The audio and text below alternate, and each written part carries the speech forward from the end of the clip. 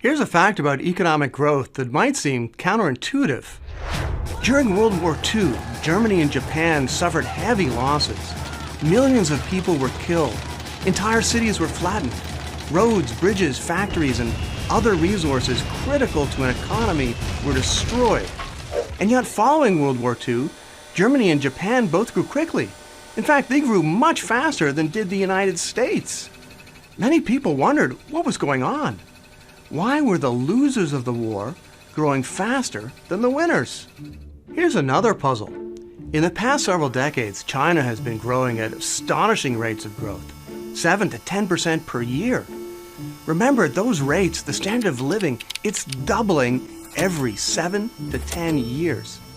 In contrast, in the advanced economies, say the United States, Canada, or France, they're growing around 2% per year, doubling only once every 35 years. So here's the puzzle. In the previous talks, we said that the way to get a high standard of living and economic growth is to have good institutions, like property rights, honest government, political stability, a dependable legal system, and competitive and open markets. But in each one of these cases, there's no question that the advanced economies have better institutions than does China. Plus, the advanced economies, they've got more human and physical capital. So if the advanced economies have got better institutions and more capital, why are they growing slower than China? To solve these puzzles, we're going to be drawing on an important economic model, the Solow model of economic growth, named for Robert Solow, who won the Nobel Prize. The Solow model will help us to better understand the dynamics of growth. The Solow model is also going to help us to draw a distinction between two types of growth, catching up growth and cutting edge growth. As we'll see, catching up can be much faster than growing on the cutting edge. Now, you might ask, what's an economic model? An economic model is a simplified framework that helps us to understand a more complex reality. We're going to be using a super simple version of the Solow model that boils economic growth down to just a few key variables and some basic mathematics.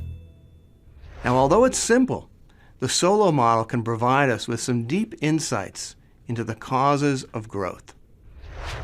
A key part of the model is a production function, a simplified description of how resources, inputs, are used to produce output. So let's take a look at some of the inputs into our production function. The first key input is us, people. We use the letter L to represent labor. The more educated people are, the more effective their labor. So we can multiply L by E for education.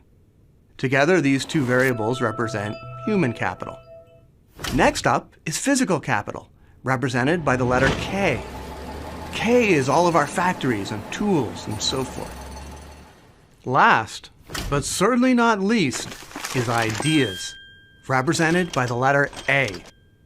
A represents all of our knowledge about how to combine capital and labor to produce valuable output. Everything from how to transport stuff without carrying it on your back, to how to keep diseases from spreading, to how to add up 1,000 numbers in a fraction of a second. A is ideas.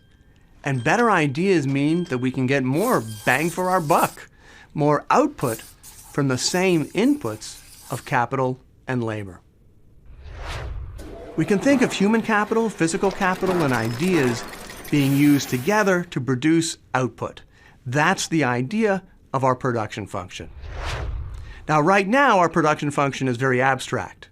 But in future videos, we're going to boil it down even more and make our production function concrete. We're going to start in the next video by taking a closer look at how capital, machines, factories, roads, and so forth, how capital contributes to economic growth. Let's dig in.